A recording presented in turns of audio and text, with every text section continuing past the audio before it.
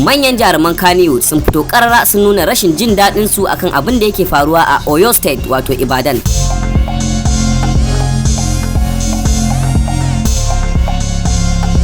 A inda Sarki Ali Nuhu tare da abokiyar arkinsa wato Rahama Sadau suka fito karara suka nuna rashin jin daɗin su akan abin da ke faruwa na kashe-kashe da ake yi a Ibadan wato Oyo State.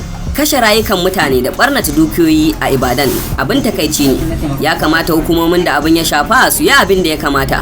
Hotuna da bidiyoyi da ake yadawa sun kasance abin damuwa. Wannan bayani ya fito ne daga bakin ɗaya daga cikin manyan jaruman Kannywood wato Sarki Ali Nuhu.